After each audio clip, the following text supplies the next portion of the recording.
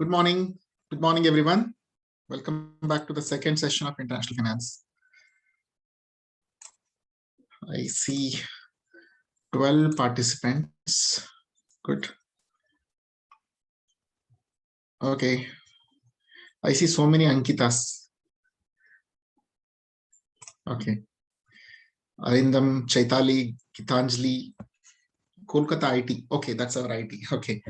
Komila, Namrata, Natasha, Rishiraj, Ruchi, Vikram. Welcome, guys. Welcome back to this session. I hope all of you are doing well. Wish you happy festival season. All right, let me share my screen.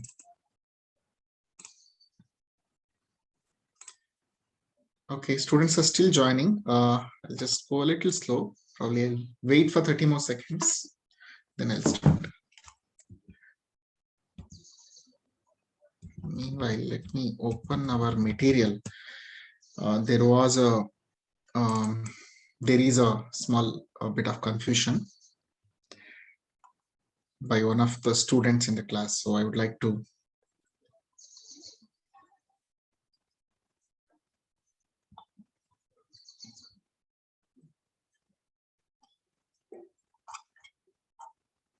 this is our chapters, right? Yeah. Let me just give you an idea of what this course, how this course is going to flow. So accordingly we can. Okay, so before I begin, are there any questions, any suggestions, any queries you have, everyone? You can message, and if anyone wants to talk, put a message, I will allow you to talk.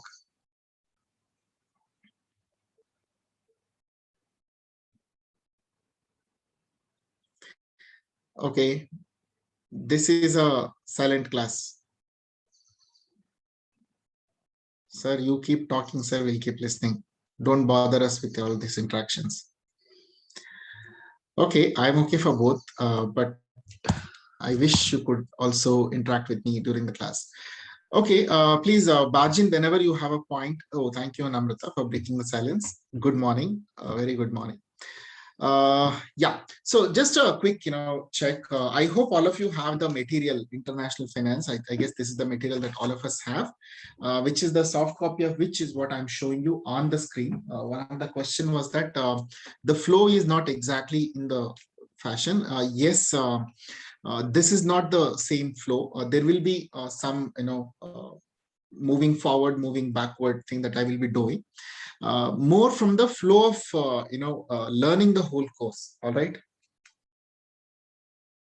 Pooja says it's a silent class. Okay, I don't know. Prove me wrong. I'll be the happiest. Okay, looking forward.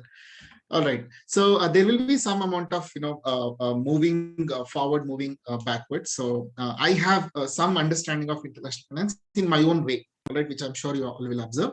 I've been teaching international finance for the last 8 years. The moment I stepped into teaching, the first course they gave me was international finance. All right, way back in 2012. Right. So since then, I've been teaching this across various colleges to all kinds of audience. So therefore, I've kind of got a hold on this in a certain way. Okay.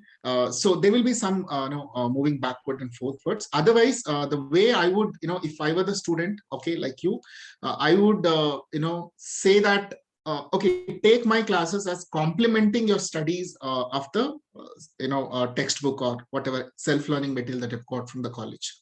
All right.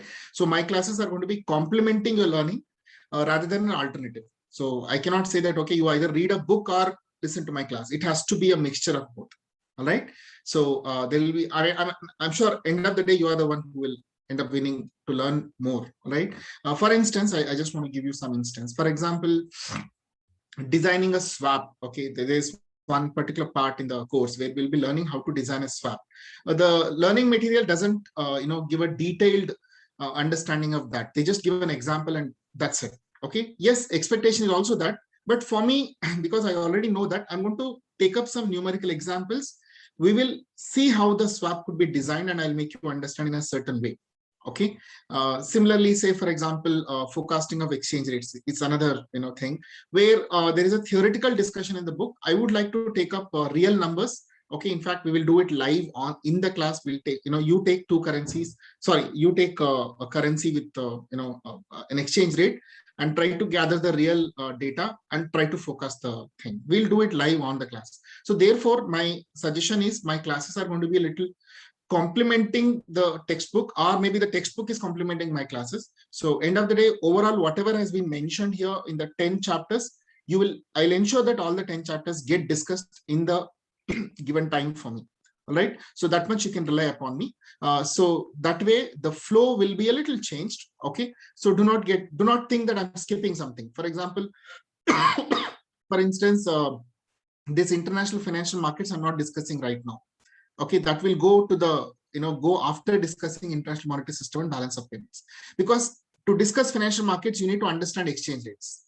All right, so that's the logic behind it. All right, so I just request you to come with open mind to the class, and as usual, Pooja has taken up on a challenge to prove me wrong, so I would be looking forward to it. Okay, good, cool. Let's now, what I've done is, I've kind of given you a brief introduction to international finance. I'll just quickly summarize one thing here. See, largely for you to understand what is international finance, you need to understand what is finance. Okay, what is financial management in a company? Financial management in a company is about taking decisions related to finance, which includes raising of finance. How do you raise capital? Okay, how do you is one, and from where do you get it, and what is the way you will decide what should be a capital structure, etc. So the financing decision is one. Secondly, the capital allocation decision. Okay, I'm talking about the finance. A normal finance management means what I'm trying to understand. Explain first, which I will relate with international finance later. The second part about the financial management, definitely yes. Right now I'm discussing first chapter.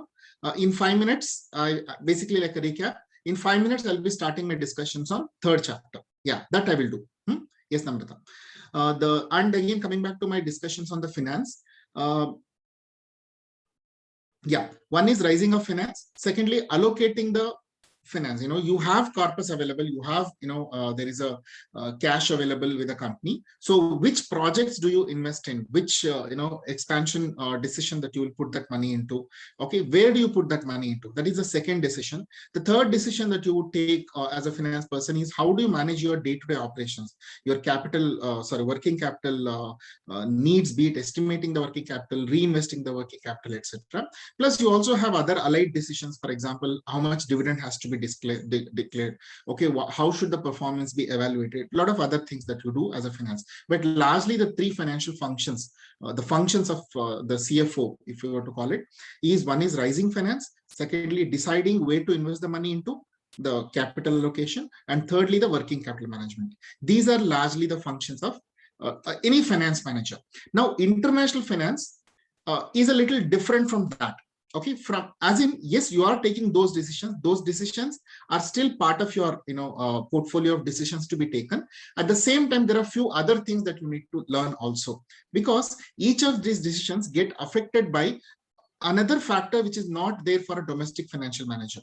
Okay, which is your exchange rate risk. Okay, there is an exchange rate that you have to keep in mind. Okay, for example, taking rising capital decision when you take. Okay, you need to know where is the where should I rise the finance from? Should I rise it in my host country or should I rise it in my home country? Okay, or what should be the source of finance? There are a lot of instruments available, credit instruments available in the international market, which are generally not available for example, you have something called ADRs and GDRs. I'm sure you would have come across that somewhere. Now, how do I go? When and how do I decide about going for an ADR?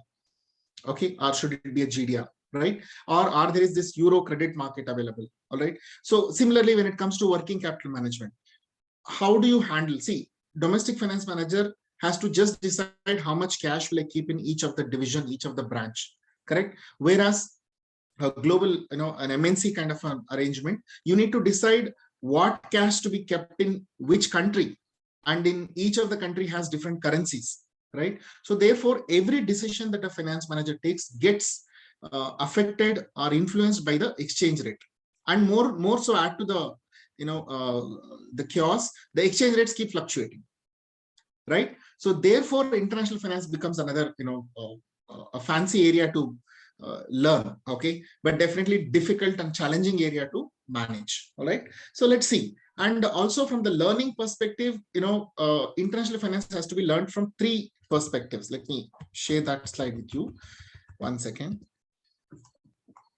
It has to be learned from three perspectives. Okay, sorry about the slide alignment. I'm trying to match with the NMIMS format. Okay, one is you need to understand the international financial environment. Okay, monetary system, balance of payments, because it's the end of the day, your exchange rate gets influenced by what happens in the different economies. So first you need to kind of, in fact, I want to say you need to understand international economics itself. All right, a little bit, may not be an expert at an expert level, but a little bit you need to gain that knowledge, especially the concept of, let's say, a balance of payment. Okay, or how companies go for trade with each other, right? Secondly, you also need to understand international financial markets. Okay, most importantly, the forex market. That itself is a huge market, right? Forex market is the largest market. It's a bigger market than even equity markets. Okay, and then the third one is your international corporate finance. Okay, so far what I've been explaining was only corporate finance. That is decisions relating to rising of finance, decisions relating to capital budgeting, working capital. They are all corporate finance. But your understanding of the markets and the economy, okay, these also become important for us. So this is the perspective in which we are going to be discussing our international finance subject. All right, so let's stick to that. So in that three category, if you see our introduction, this is a generic topic, let's leave it. Then look at this monetary system, balance of payments. All right, these basically are mostly from the monetary system and balance of payments are mostly from the economy point of view. Then you have the financial markets, and then you have the export, promotion, and payment instruments in foreign trade, short-term financing, long-term financing. These are all financial markets perspective, the second tab. And then comes your foreign exchange transactions, hedging, a little bit of, of course, parity relations will tell you how to forecast the exchange rate. All right, then you have short term. Here also part of it is about how do you decide. So a part of it is going to be discussing on the corporate financing. Okay, there are also a few other topics which are not part of this, okay, beyond the scope of this particular subject, which I will also tell you at the end of it. All right, right now I'll not confuse you. At the end of the course, I will tell you what you're not learning, so that those who are genuinely interested in building a career in this can learn. All right, so with that, let me go ahead with discussing with international monetary system. All right, that's what we ended our last session with. So basically, what is international monetary system? Okay, Miss Ankita says we also have letter of credit. Yes, letter of credit comes here. Short-term international financing. Okay, and payment instruments in foreign trade. So these are the two areas where we'll be discussing letter of credit, that too in detail. Okay, we'll do that. So international monetary system is, I'll make it very simple for you to understand. All of us have this question, I'm sure, before attending this session or before thinking of international finance. I'm sure all of us would wanted to know how the exchange rate fluctuates. Who determines the exchange rates? That's all right. So that happens as a systematic process. It's a systemic process. That is, the fluctuation in the exchange rate happens on a systemic process. It is not random. Okay, it is not, it's also not that somebody is influencing that. It is definitely depends on the demand and supply, but there is definitely a controlled system there. All right, so that is basically what we will understand if you understand international monetary system. All right, so basically it also goes back, understanding the monetary system also goes back to understanding money itself. Okay, so how the money was evolved. Why did we brought in money as a concept, as a humanity? When we brought in the concept of money, why did we bring it? Correct. So we brought it because we needed a unit of currency. Correct. Compare it with the barter system. Okay, barter system where you are like exchanging goods to goods, okay, which had its own limitations. I don't want to get into all that, but basically we needed money, okay, as a unit of currency, as a medium of exchange, and a store of value. Am I right? These are the three reasons why I needed money, right? Okay, so which happens to be, if you see, the medium of exchange and unit of currency also means exchange rate. Correct. So by telling you 75 rupees per dollar, I'm kind of measuring the value of dollar in my currency. Correct. So there is a measurement that is happening. There is a unit. I'm able to, at the same time, I'm also able to measure dollar from a unit of currency called rupee. Correct. This is why we needed money, and over a period of time, the money has evolved. Okay, the form of money has evolved. Rather, if I were to say, the form has been, there is something called classical gold standard. Okay, that is even before 1980s. Sorry, not even 1880s, or even before that. We generally call it as metal period. Okay, metal period, or pre-classical standard times. Okay, where every country, or probably every kingdom, or every colony had their own currency system. Okay, some kingdoms had probably well advanced. We still hear a lot of stories about some kingdoms having economics, I mean the super, what do you say, a superlative economic system they had established. We still keep hearing those news. Okay, but the real story starts post, I would say 1900s. All right, so that is where we introduced gold as a standard currency. Okay, somehow the gold has evolved to be the standard currency. Even today, gold is the underlying asset behind every currency that we look at. All right, so that itself has gone through multiple versions. We had a gold specie standard, then we had gold bullions, and then gold exchange standard. Okay, so gold specie is basically the government issuing a full-bodied coin. The government issuing a full-bodied coin. So the government would put a mohar, what we call as a kind of a stamp on the gold. Okay, only that was a valid. And then came the gold bullion standard, where the government agreed to sell gold on demand at a fixed rate. Okay, that means the government would actually start putting a value on the currency. I mean, so value on the gold. Okay, that means gold. The difference between gold specie and gold bullion, I'll tell you. Gold specie, if you're giving me gold, okay, of course with a stamp of the government, you're giving me gold, I will still weigh the gold. I will still say I will still test for the quality of the gold. I will still weigh the gold.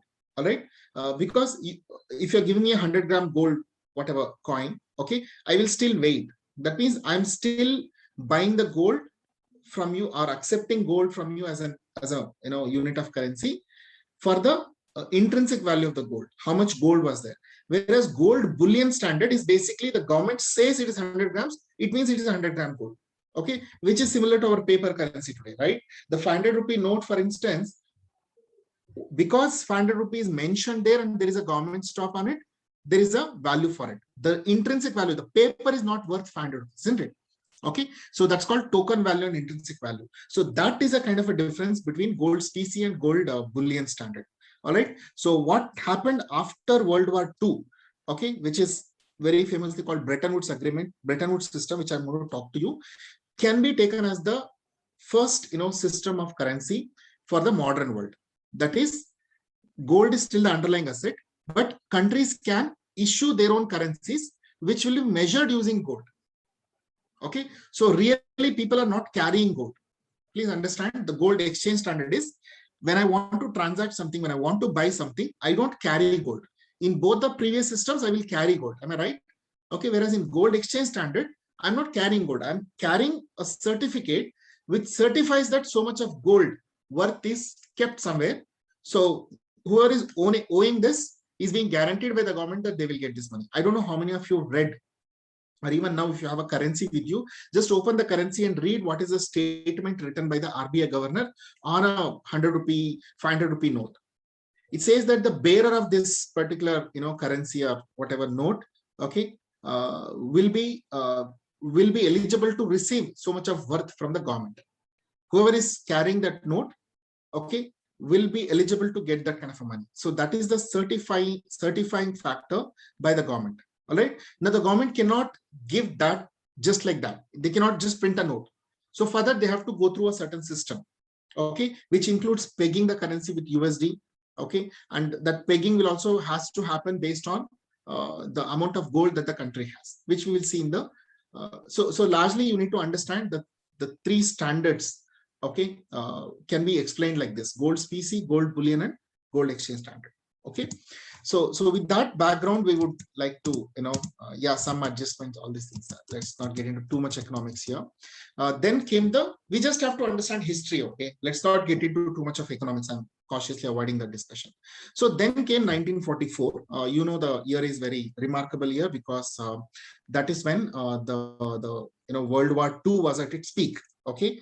World War II was at its peak. A lot of damage had happened around the world, and colonization was very rampant. Powerful countries colonizing, including India being colonized by British. Okay, so all that was there. So that is where the countries have come together, saying this way humanity cannot survive, and we need to come out with a system which would work well for everybody's prosperity. All right, so that's where 1944 Bretton Woods Agreement happened, the landmark agreement. Okay, this is where the United Nations was formed. Okay, this is where the IMF was formed. This is where the World Bank was formed. World Trade Organization was formed. All right, so each with a different purpose, where almost all the countries have agreed to work in harmony with each other. Correct, for the overall betterment of everybody. Right, so that is the significance of Bretton Woods Agreement, what we refer to as. Okay, so a lot of things happened. Countries agreed to set up International Monetary Fund. Okay, we will discuss about IMF in a while. And what IMF did is they brought up this concept of pegging all currencies to USD at $35 per ounce. I think last time I did explain to you how this worked. Okay, you can take the example of two countries and the amount of gold that they have, and the price of the gold that they had was USD 35 per ounce. So if you had 100 ounce, that means you had $3,500 worth. Now, whatever notes, currencies that you issue, it will be pegged, it will be valued in USD. Pegged means valued. Your currency will be valued in terms of USD. See, today this is not the system, let me tell you. Today this is not the system. But at that time, it was valued like that. All right. So the ratio between the amount of gold you had versus, let's say, if you are India and USD, amount of gold you had versus what gold US had, okay, in terms of dollars. Okay, that was the ratio. Exchange rate is nothing but ratio. If you deeply think, 75 rupees per dollar in the very purest form, it is nothing but US has 75 times more gold than India has. That's what it means. Okay, in the purest form, if you were to think, that's what it means. All right. This is something important you need to keep in mind to understand why Bretton Woods system failed later, is because this particular exchange rate that was fixed, the countries were not allowed to correct it by more than 1%, either on the right upper side or the lower side. You could not change the exchange rate by 1%. That means you are like stuck. The exchange rate was literally fixed if you have signed up for this particular agreement. All right, which was kind of working unfavorably for many countries. All right, and countries could devalue with IMF approval in case of fundamental devaluation of currency. Means consciously right now, for example, 75 rupees per dollar, right? So I will purposefully, the government will announce that, okay, from today onwards it will be 80 rupees per dollar. Okay, that's called devaluation of the currency. That means you are devaluing your own currency. Generally, devaluation is done to support the exporters, for example. Okay, to boost the exports, the countries would devalue. That was possible with the approval of IMF. Okay, and there were some disequilibrium BOP problems which were expected from Bretton Woods, which is what one of the query that I have received in the portal also. Somebody talked about Triffin's paradox. Okay, I'm sorry, I don't have a slide about that. It's just it's there in your material. So Triffin's paradox is something like this. Okay, it's a theory, economic theory, which has come, wherein see, US dollar was the central currency. Literally every other country's currency was, we are talking about somewhere in 1960s, 1970s. Okay, at this time we're talking about 1960s, 70s period. 1944, this agreement was brought in, right? So see, US dollar was the main currency against which all other currencies was pegged. Am I right? That too, initially it was 35 per dollar. Then the currency dollar itself started, devaluing itself, right? As US started performing better in their economy, their currency was becoming stronger and stronger. And wherever there was any, kind of a economic disturbance that happened, US would have to, like any other country would do, they have to come out and bring in some monetary policies. Okay, some changes, maybe work on something called interest rate or quantitative easing, or they want to be liberal at times, they want to be more structured at times. So when any such economic monetary policy was to be brought in, it would disturb the whole world. Correct? Because the dependency on every exchange rates dependency on US was too much, and it was seen to be that, okay, on one way, US seems to have had control on the whole world, okay, through its USD. At the same time, it was affecting them also. Correct? Because they could not do anything, because that would either devalue USD itself, or it will appreciate the value of the dollar itself, which would affect both. Okay, because US was not just exporting, they were also importing. All right. So this multiple effect that it had, in fact two effects that it had, was called as Stefan's paradox. Okay, wherein you are too much the whole world was dependent on you, and any changes that you bring in your monetary policy, you have to keep in mind the effect that will have on the whole world. All right. So this kind of paradox, Stefan's paradox, which was actually predicted by one of the famous economist, Keynes, if I'm not wrong, in 1960 itself. Okay, he proposed that this is going to hurt US in a big way. That's where US initiated, and it was brought in. And by 1972 and 73 period, the Bretton Woods system was officially withdrawn. Okay, that countries were left to adopt. Okay, countries were left to adopt floating rate exchange rate system or any other exchange rate system that they wanted. Okay, by that time, the growth of economies have happened. A lot of structure had already emerged in terms of international trade and capital flows that had already come. So therefore, it was felt that there is no control that was required in the way that IMF had. Okay, so they left the country, as in they gave liberty to the countries to determine their own exchange rates, okay, or exchange rate systems. All right, this is what happened in 1973. In fact, in 1971, they brought in another system called Smithsonian Agreement, okay, which I'm not talking here, but again, that also did not survive for more than 1 year. So by 1973, it was officially announced that countries were free to fix their own exchange rates. Majority of the countries by then have realized the power of floating rate system, especially countries which had grown from their industrial growth point of view, okay, who had lots to exports, and so those countries started benefiting. They saw benefits from the floating rate system.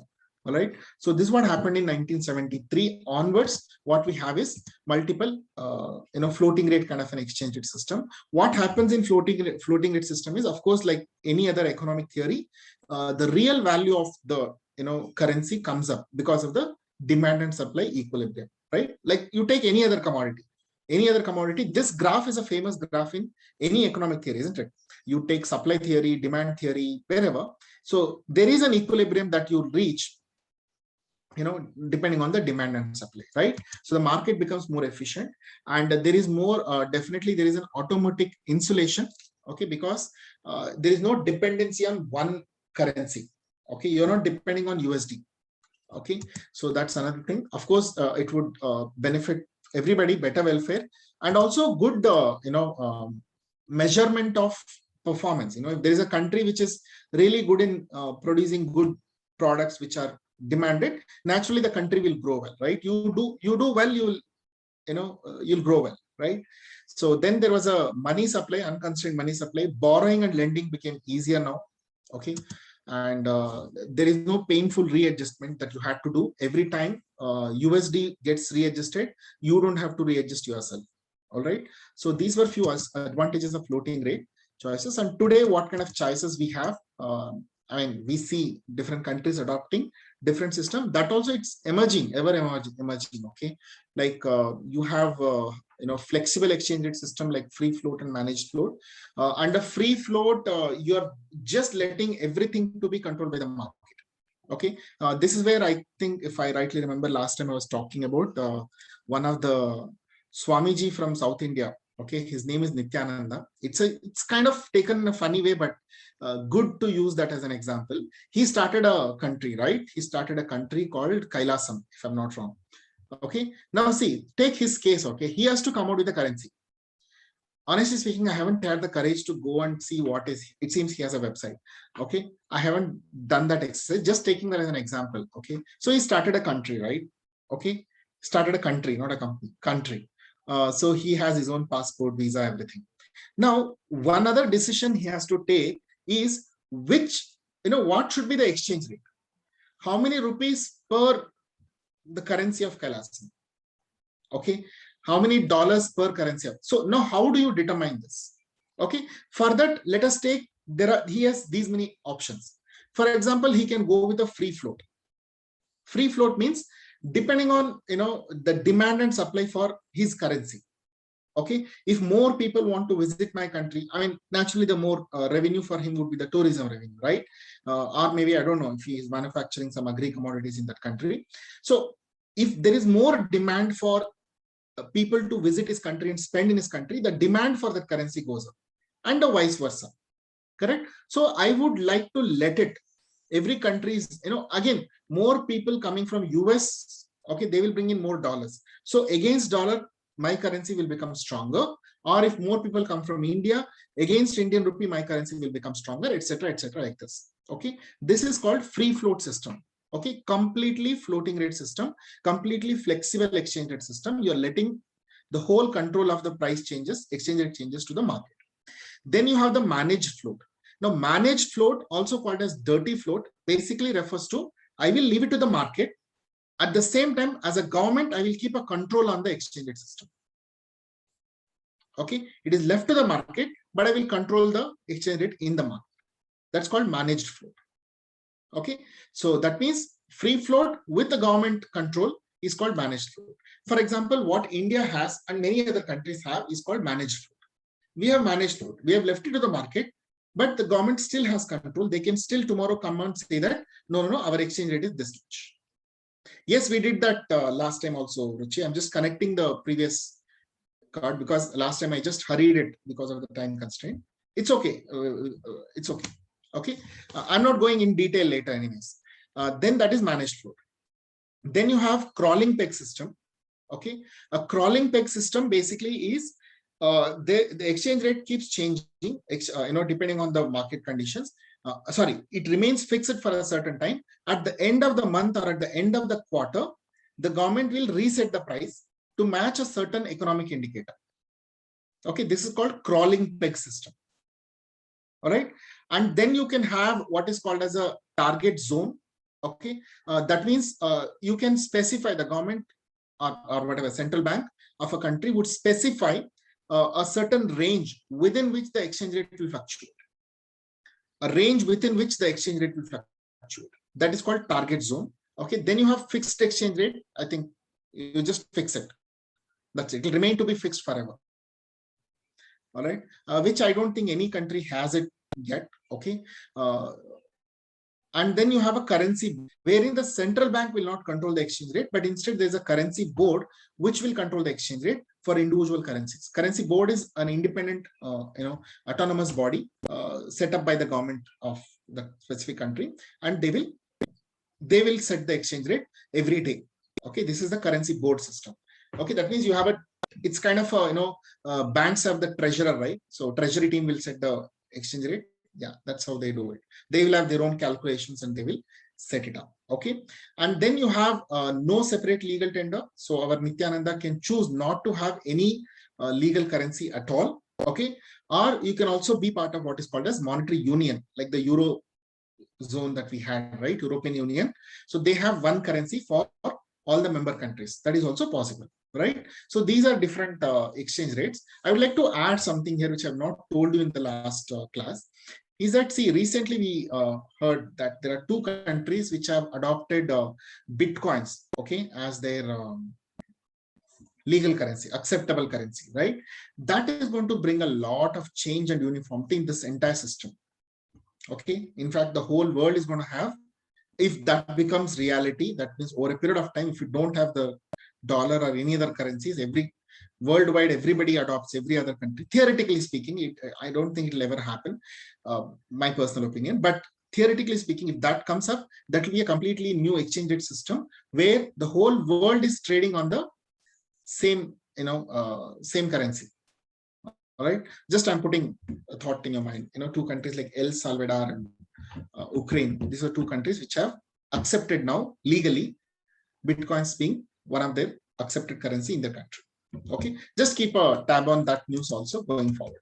All right. So I just explained these things last class also, I guess. Okay. So within each of them, what kind of this is where we will have to get into now. So so then comes the economic crisis. If you have to understand international economics, one other thing that we also need to understand would be the economic crisis. Okay, wait a second. Yeah, it's recording. Okay, economic crisis. So see, when we say economic crisis, first of all, we all understand what is a crisis, no doubt about that. But economic crisis, based on what reason the crisis occurs, okay, we categorize them as currency crisis, okay, and few others I'll tell you. So currency crisis is when there comes a extreme speculation on a certain currency, okay, which central bank loses the control of, okay, that becomes a currency crisis. Okay, so which has happened multiple times. Okay, 1972 it happened in Thailand, if I'm not wrong. Okay, basically too much of fluctuation on the currency happening and the exchange rate changing. Also, you need to notice one more thing. One pair of currency being speculated will have a multiple effect, because each currency has a relationship, isn't it? Okay, if there is a too much of speculation that happens on Indian rupees and upon dollars, okay, now all other currencies which are dealing with both India and US dollar, even their currencies also get affected. So it has that repellent effect, on all the currencies. So therefore, there is a, this crisis, depending on what currency we're talking about. If some speculative attack happens on some, I don't know, some Cambodian currency, yeah, it may not affect the whole world. But if it's a mainstream currency, most liquid currencies, especially nowadays it's about Chinese yuan, dollars, yen, rupee, and pounds and euros. If these currencies, if there is a speculative attack on that, they have an ability to affect the whole world. Which is more devastating to the economy, macro or microeconomic crisis? No, both are, it depends. No, it depends on what exactly is the crisis, right? So for example, a financial crisis like what happened in 2008. Now, how do you describe it? It was more devastating or less devastating? Okay, well, like for example, 1930, a lot of us have, one second, Ruchi. A lot of us have related the 2008 financial crisis with the Great Depression of 1930s. Okay, with 1930s Great Depression. But honestly speaking, the 2008, I think the whole world, including US, which was supposedly the most affected, recovered in not more than, within like 3-4 years, we have recovered and we were back on track, isn't it? But Great Depression sustained for nearly 15-20 years. Okay, now which one do you say is more devastating? Okay, it depends. See, economics is something which you cannot put it in a formula. I think it has multiple effects. See what, like Sarang, you're saying more 2008. You're saying you want me to say more about 2008. You want me to explain what my understanding of 2008, or you're saying as an example? Okay, okay. So 2008 financial crisis. If you actually see, it is just a financial crisis, which should have affected only the banks. But did it stop there? It created so many other crises. No, it created economic crisis. It created political crisis. Correct? Okay. Now, what happened in 2008? In simple words, this is how I understood that. It goes back to 2001-2002 period, where there was a lot of easing that happened with US government, wherein the lending norms were made liberal. Okay, that means especially the house purchase lending, home loans kind of thing. Okay, they were made liberal, that you can buy houses. Okay, because what had happened is there was a lot of cash available with the banks. So the banks, if they were to make profit, they have to lend it. correct? If they have to lend it, they need demand, correct? So it's a win-win. Any country would do that. It's not a error or something on US part. Any country would do that. Even if today, if Indian banks have a lot of cash and they need a scope to lending, naturally the government will ease off the interest rates. They will ease off the norms of lending, etc. Right? That's what US did. So which created a lot of demand for housing in US. Okay, so housing prices went on increasing. Literally everybody were able to buy houses, invest in houses. Localites, foreigners, everybody started buying house, first house, second house, third house. Everybody started buying. The housing started doing well. So that was the golden period. Okay, whatever you invest in US would turn into gold. Okay, that is how it was. But somewhere like any other market, okay, it reaches a certain stage. After that, the bubble will burst. Okay, so 2006 and 7, the housing bubble got bursted. Okay, after some time, everybody realized the real value of the houses is not as much as it is projected to be, right? So then people, natural cycle, right? Natural cycle. So the housing bubble burst happened. That means the housing prices started falling. Okay, when housing prices started falling, okay, what did people who owned these houses do? The people who owned a second house, third house, fourth house, they started defaulting on the loans, because for me, defaulting was a better option than trying to sell the house and repay your loan, or the value of the house was not going up anymore, right? So the borrowers started defaulting, which what will the bank do as per rule? What the bank should supposed to do? Bank should confiscate the asset, right? Because that's the collateral, right? On that collateral only the banks have lent the money. So now what happened in 2007, what happened is, I am a bank, I have lent so many loans, and out of that 75% have defaulted in the last 2-3 years. I have taken the property. Now what happened? Banks had assets. It is not that bank became, banks have an asset, but their assets were in the form of brick and mortar and not in the form of cash. So this was called liquidity crunch. So the banks got into liquidity crunch. Okay, this is what was happening in the mainstream banks. Now what had happened is, in this period, okay, the banks found a solution because they wanted liquidity. What they did is, they started packaging all those house loans, mortgages, into some kind of an innovative product called CDO, collateralized debt obligations. So they clubbed all of them and started offering it to risky investors. Okay, there were a lot of risky investors. There are a lot of investors who had money. They wanted to take more risk, okay, more return, so that they can earn higher return. They started investing into these loans. So basically, let's say if I'm a high net worth individual with millions of dollars of money to invest and also ready to take risk, what I will do is I'll go to my investment bank. Through the investment bank, I will buy a CDO of a bank. Let's say a JP Morgan bank. Okay, now JP Morgan's, the CDO, which is basically a combination of all the home loans that they have lent. Okay, the arrangement is such that I will pay, let's say if the total value was $1 million of the loan amount, I will pay something like, $0.8 million or something, so that I bought those assets at a lower price. At the same time, I will get back, over a period of time, so a lot of calculations went in, a lot of financial engineering went in, financial innovation went in, and they came back with these asset-backed securities, which is how the investment had happened. So that means there is a bank which has given a home loan, which has been packaged and sold to an investor like me. Now, at some point of time, I realized this is not a worth, because the EMI payments that had to come, not EMI, but all the prepayment, whatever has to come, okay, they were not coming, right? So then I also end up in the same situation. So what I will do is, I will package my assets and sell it to another person. So this home loan packet itself became a tradable security. That's why it's called subprime lending. Prime lending is when what happens by the bank to the borrower. Subprime is now effectively who is lending to the borrower. I have lent to the borrower, correct? So the bank just played the role of a mediator. So that, then the whole chain of, so once one default happens, it would affect the whole chain. All right. This is how the financial crisis happened. All right. Coming back to our point here, financial crisis is loss of confidence in bank leading to bank runs. This is exactly what happened in 2008. Right. And yeah, I guess, Sarang, that's basically what we were discussing also to answer your question.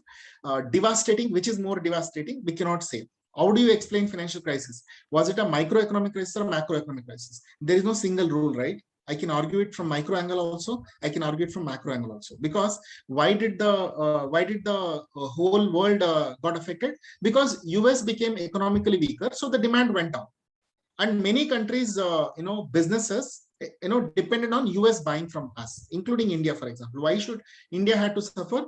Because our major revenue at that point of time, okay, GDP was coming through not from agriculture and industry, but it was coming through the IT and other allied services, right? Now, US was a major client for us. No, because so now it's a micro crisis. But if you look at US itself, that was a macro crisis. So therefore, it is not really clear cut dissection between macro and micro. Overall, it's an economic crisis, right? Ruchi says, what does speculative attack exactly mean? Speculative attack means buying too much of a currency. That's all. Buying too much of a currency, thinking that the price will go up in future for some news. Okay, like what happens in stock market? Suddenly you will find that Suzlon Energy stock price suddenly goes up. Everybody starts buying, right? Why? That's a speculative attack. I mean, assuming there is no reason, a solid reason behind that. Arindam says during Indian 15th August 1947, Indian currency valuation was same like US currency at 1 rupee per $1. What were the post-independence economic factors that impact Indian economy for current currency valuation of $1 to 73 rupees? Firstly, I am not sure if $1 was equal to 1 rupee. It wouldn't have been that. It wouldn't have been that because it was based on Bretton Woods, so it would have depended on how much gold we had, and so exchange rate was not definitely 1 rupee to $1. Okay, and secondly, what economic factors that impact Indian economy? I think the whole history is behind it. I mean, I don't know. We were mostly importing country, right? We were literally importing everything, including capital, isn't it? So more import you do, your currency keeps becoming weaker and weaker, isn't it? Even from today 75, next year if I expect it to become 80, why will that happen? Because I import a lot. That is why there is so much focus on what are our major import items. Oil and gold. India is known to import oil and gold. Okay, now oil price somehow, thankfully, fortunately, luckily, for the last few years has been under control and not affecting us much. But of course, our government is also making a lot of effort to push the renewable energy, alternative sources of energy, and all that, right? So the government is doing, but at the end of the day, your oil consumption is something which is unavoidable. So more you import oil and oil price keeps going up, your currency is becoming weaker and weaker. Okay, and also you're not contributing so much through the exports, right? Gold import though definitely has to happen, because whenever we need money, like Corona crisis happened, if the government wanted to let's say wanted to print more money to infuse liquidity in the market, okay, they need to, that's what is IMF doing, right? I need to deposit so much of gold with IMF, then only I can print the notes. Am I right? Okay, so I have to import gold. That's so therefore there are some unavoidable things that we import. That's the only reason. I mean, if I go macro, then failure of agriculture, failure of industries, I don't know, anything that you can think of bad about India for the last, you blame whichever government. Yeah, wars that we had, 1962, 74, all these wars that we had have also affected us. Okay, good. Let's move on. Okay, then you have systemic financial crisis.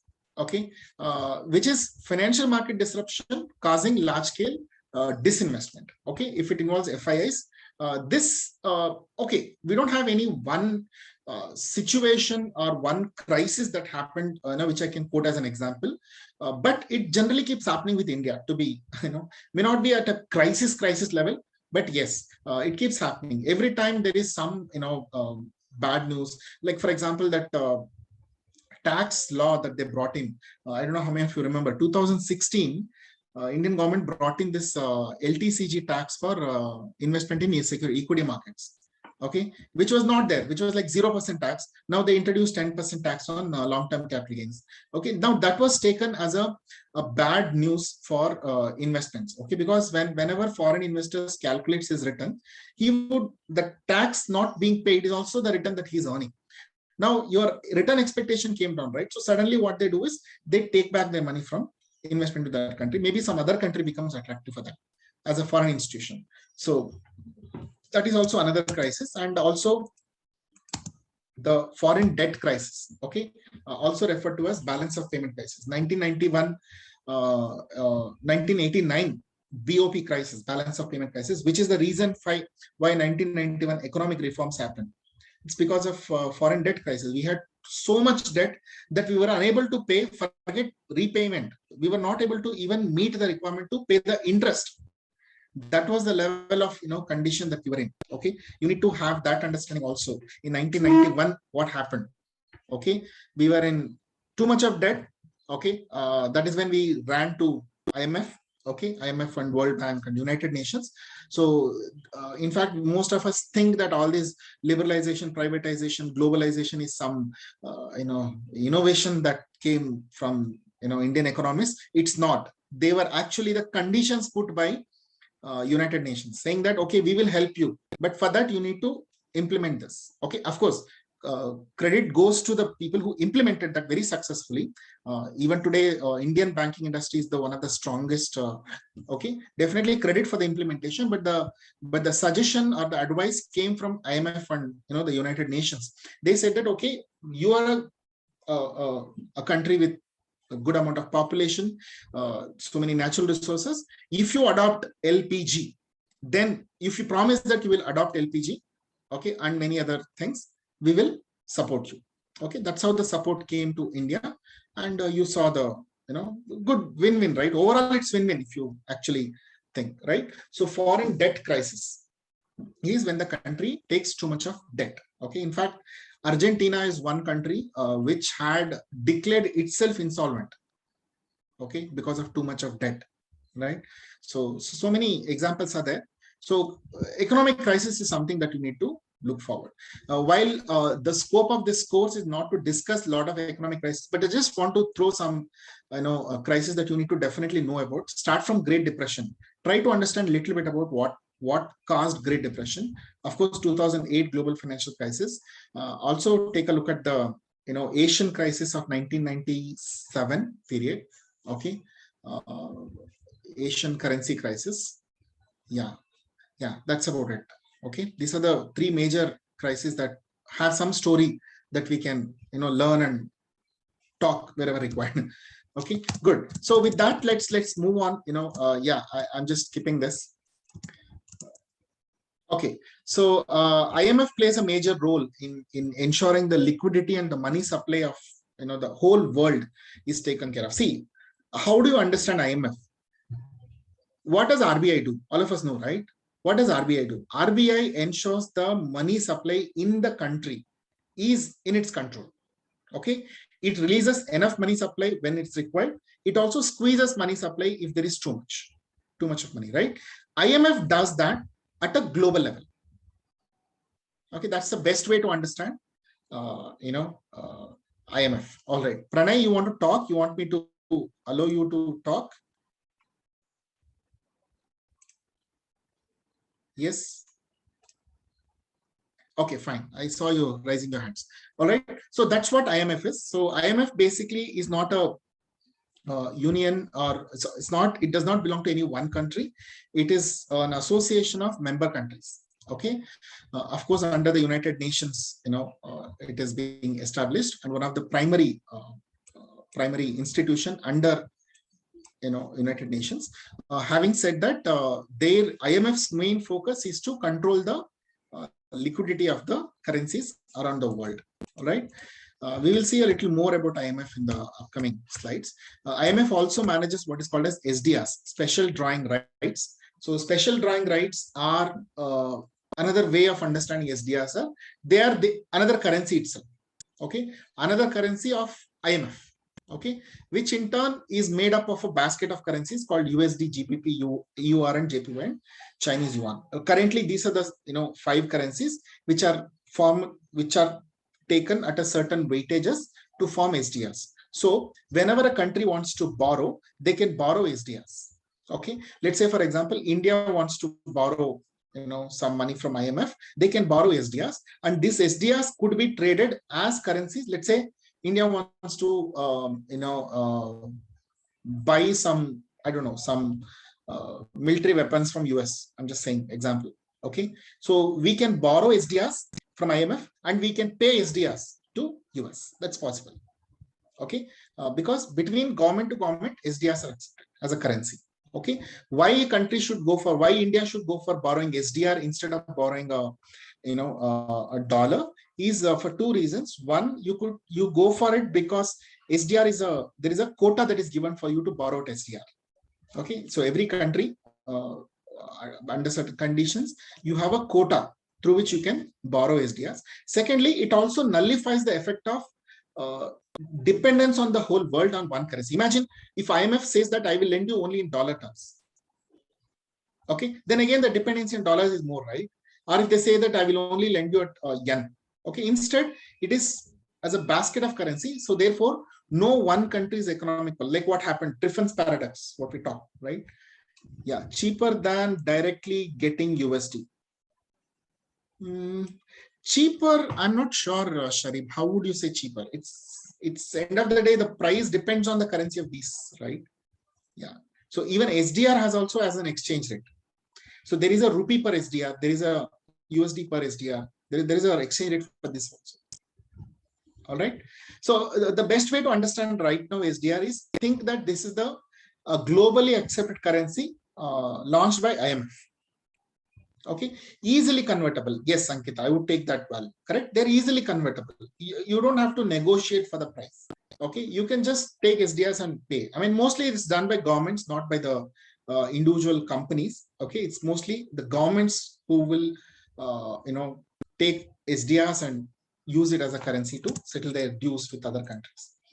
Okay, so a few quick ones on different institutions in international finance. So I would be going through these. Okay, mostly the first three I will spend more time. The remaining I'll just make you understand what is the meaning of them. So firstly, to start with IMF. Okay, I've taken this from their website. What are the objectives of IMF? So one is cooperation on monetary issues, exchange rate stability, funding for members trying to correct international payment imbalances. Okay, see, end of the day, IMF is not, I mean, of course, their job is to act like a watchdog, but more than a watchdog, I mean, at least this is how I have perceived, they want to support countries. They want to support countries who want to be part of a stable economy. All right, their overall objective is to ensure that the world economy is stable. Okay, avoid any kind of crisis. Okay, this is what is the objective of IMF. All right, for example, WHO, I mean, which was very famous in the last 1.5 years, right? Okay, what is their objective? Their objective is to ensure that there are no health severities in any part of the world. Same way here, IMF focuses on the health of the economy. All right, and it also ensures that the globalization is promoted a lot. Okay, capital should be mobile and easily movable between countries. Okay, that is also another objective. Trade flows should be easily moving between the countries. All right, so these are few objectives in a nutshell of the IMF. Okay, and they give a lot of these funding facilities. Okay, so now how countries can borrow from IMF can be through what is called as reserve tranche. Okay, I'll talk about that in separate slides in the upcoming slides. So I'm just going to just know the list here. Okay, so these many are there. We'll just try to see one by one. So what is reverse tranche? Okay, reverse tranche is a unconditional credit from members' own quota reserved for members' own use. Okay, member means country. Like for example, India has a certain quota of borrowing, and we can borrow through IMF wherever there's a requirement. You can borrow from it. It's like our at a local level, we have all these credit cooperative societies, right? Okay, let's say there is a small village, there is a agricultural credit cooperative. What happens? All the members will put in their money and run the credit, whenever any particular a member needs money, he can borrow from that quota, right? Yeah. On what basis the quota is allocated? Okay, the quota is allocated on the basis of the gold reserve that you keep.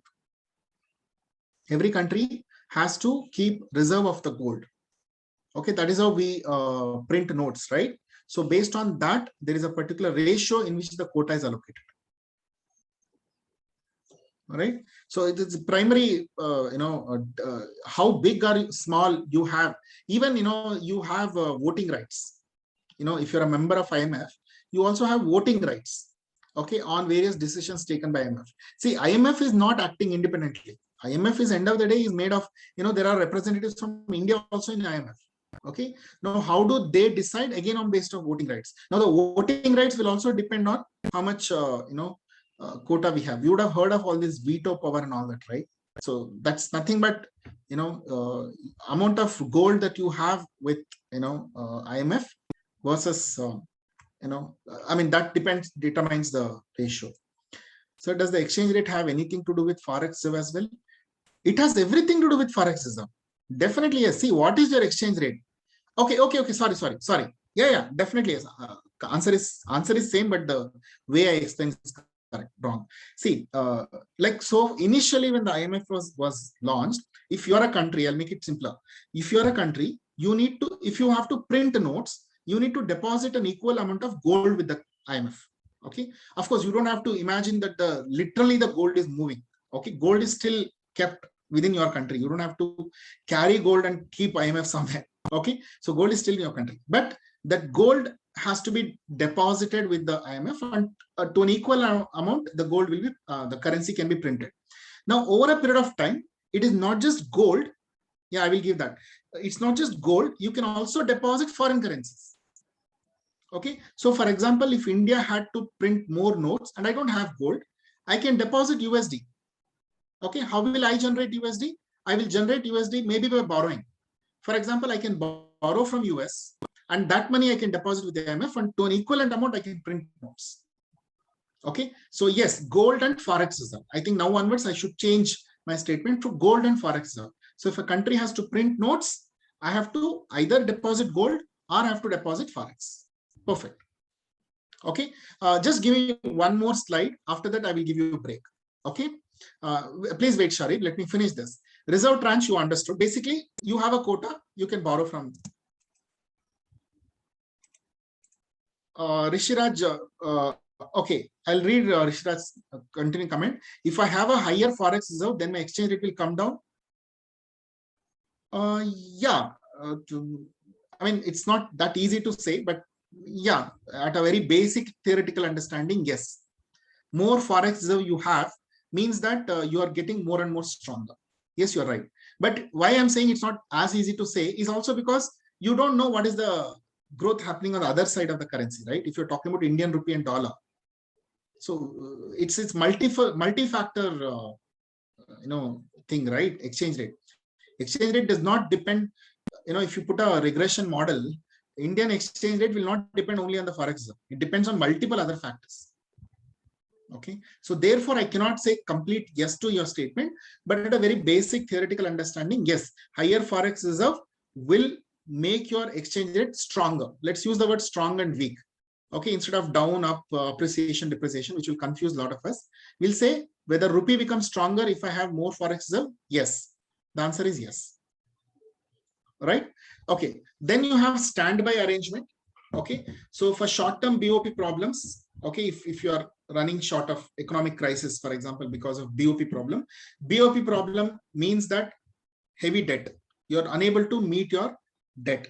Okay. So then also IMF can give you what is called as a standby arrangement, which is what was the 1991, support that IMF gave to India was a standby kind of an arrangement. Okay. So yeah, you can read this, actually you'll understand. For short-term BOP problems and available in 4 installments, subject to condition that new policies will overcome problems. Okay. And must be repaid in 5 years. So only after we said that we're going to bring in these policies through which we're going to overcome the problems. So for the short term, we need your support. So that's when the IMF gives you SBA. Right. Then you have flexible credit line. These are all the names given by IMF. Okay. This is not I'm writing. So flexible credit line is for crisis prevention and mitigation to build market confidence. Okay. Especially in the times of all this financial crisis and all that happened. That's when IMF extended, this kind of credit, credit line to the governments. Okay.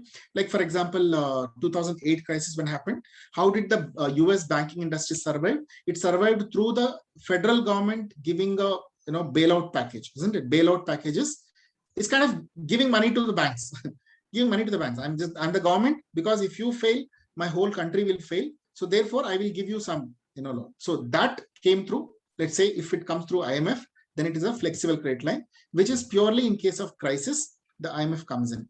Then the extended fund facility for long-term structural problems. Annual limit is 100% quota, cumulative limit is 300% quota. Borrower must adopt 3-year policy change program, must repay in 10 years. Okay, similar to standby arrangement. This is for a shorter period of time. AFF is an extension of this. Okay, so it's just different names. Okay, different names depending on what purpose. In fact, during Corona, they came out with another funding facility. Okay, I don't know if I have it in the slide, but I'll show it to you. There was a standby arrangement that they came out during the Corona crisis to help those countries which were economically falling. Falling. All right. So few funding facilities. We will go through the next ones also. Okay, a few more are there, but I think I'll take your suggestion. We'll go for a short break and come back. All right. I hope you're able to follow what I'm saying. I'm going a little faster because we need to get over with this for today. So if at all you're unable to follow something, please stop me and ask questions. Okay. Yeah. So we'll break for 5 minutes and be back in 5 minutes. It's 12:36 now. 12:41. We'll be back. Okay.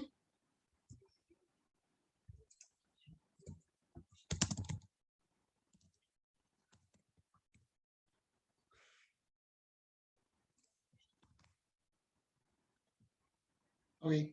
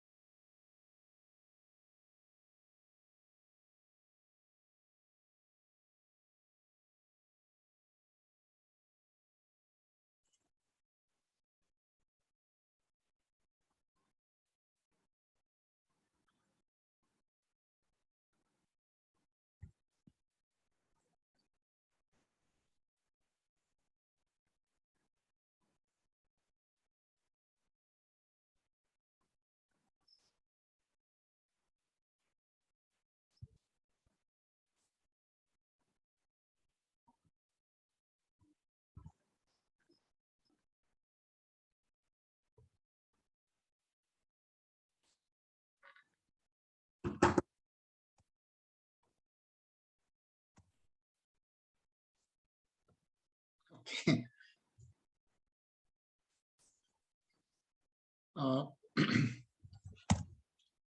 I guess you're all back now. Okay, so just one more slide. I'll just finish and then I'll take your question, Sharif.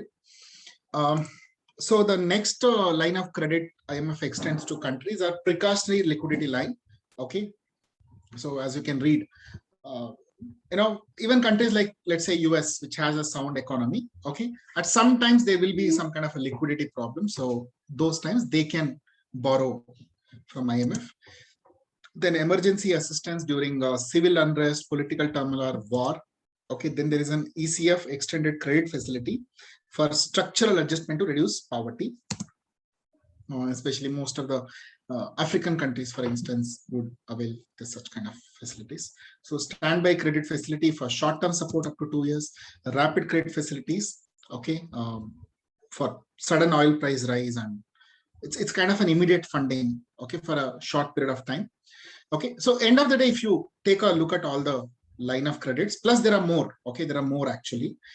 This is taken from a textbook kind of a thing, but if you actually go into IMF website, you will find lots of others. So but largely what we need to understand is a few things. One, IMF was formulated as part of the Bretton Woods United Nations thing in 1944. Okay, secondly, their objective is to support the countries worldwide to have a stable economic condition. At the same time, they'll control the money supply around the world. Okay, and how do they do that? They control it through the gold reserve and forex reserve. All right. So, and they have various funding types or facilities that they through which the IMF will lend to different countries. All right. So largely, if you get this whole picture in mind, that should be sufficient for us to go. We don't have to go in depth into a lot of other things that IMF does. Sharif is saying quota and exchange rate are both dependent on gold reserves. Are there any relationship between the two? Are they independent of each other? Quota and exchange rate are dependent on gold reserve. I again see most of your questions I'm unable to say yes or no directly. Okay, but I'll tell you at a very basic level, I would say no. Okay, they are not dependent. Quota and exchange rates are not dependent on each other. Okay, but I will be wrong if I don't also add the disclaimer saying that, see, using the quota, having a quota is different. But if you use the quota and borrow money, for example, from IMF, so naturally your exchange rate will go up, right? You getting what I'm saying?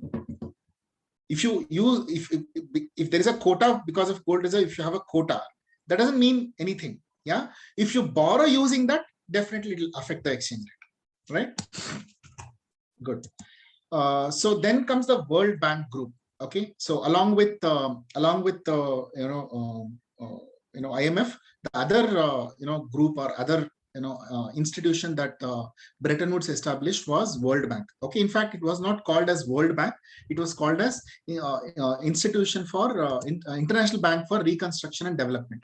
Okay, let's understand the difference between IMF and World Bank. Okay, IMF is like RBI. IMF is like RBI. Okay, World Bank is more like a an NGO. You can look at it as an NGO. Okay, of course it's not NGO as such, but I'm trying to make it simpler. What does an NGO do? They do a lot of societal activities to help those who are underserved or those who are in poverty, to help them come out, right? So World Bank was formulated to help the economic development of countries which were poor. Okay, IMF served for everybody. They served for US also, they served for some African countries also.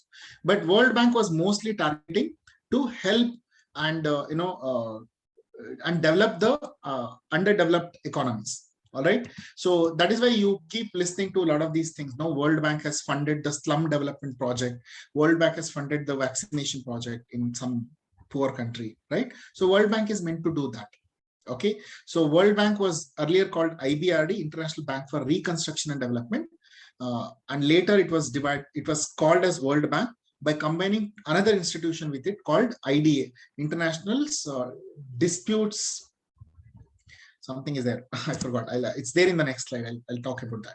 Okay, so World Bank Group itself has multiple institutions. One is IBRD, International Bank for Reconstruction and Development. Okay, what they do is they lend to the, lend to anybody, to even private players, to the government also, on a commercial basis, but with a very low interest. And the purpose why they lend would also be for development. Where the World Bank gets from such for money for such developments, I'll tell you. Yeah, International Development Association. It lends against government guarantees to poor countries at concessional rates. Okay. Then IFC lends to private sector without government guarantees and also provide equity. Okay, private sector. That is, if you are a NGO in India, for example, who works on, let's say, slum development thing, okay, or poverty eradication, then IFC is the place to go for. And MIGA, for example, Multilateral Investment Guarantee Agency, provides political risk insurance and credit enhancement guarantee. So if you are again a government who want to start, some particular project, you can borrow from World Bank, or you can borrow from anybody. World Bank will give guarantee. Okay, so MIGA basically gives the guarantee for such borrowing. Okay, so that means if let's say, for instance, Bill Gates Foundation, correct? They're big way into all this philanthropic activities, right? So if they want to lend something to, let's say, Indian government for a certain project, okay, now they need an assurance, right, that this government, especially in Indian kind of a situation where political parties are change and their policies change, which might affect the lending that they are doing, right? I mean, sorry, the funding that they're doing here. So in such case, this particular institution, MIGA, guarantees any such thing, saying that this project will be taken to the completion. All right, so that's basically MIGA. Again, all of these are together called World Bank. World Bank is not just one institution.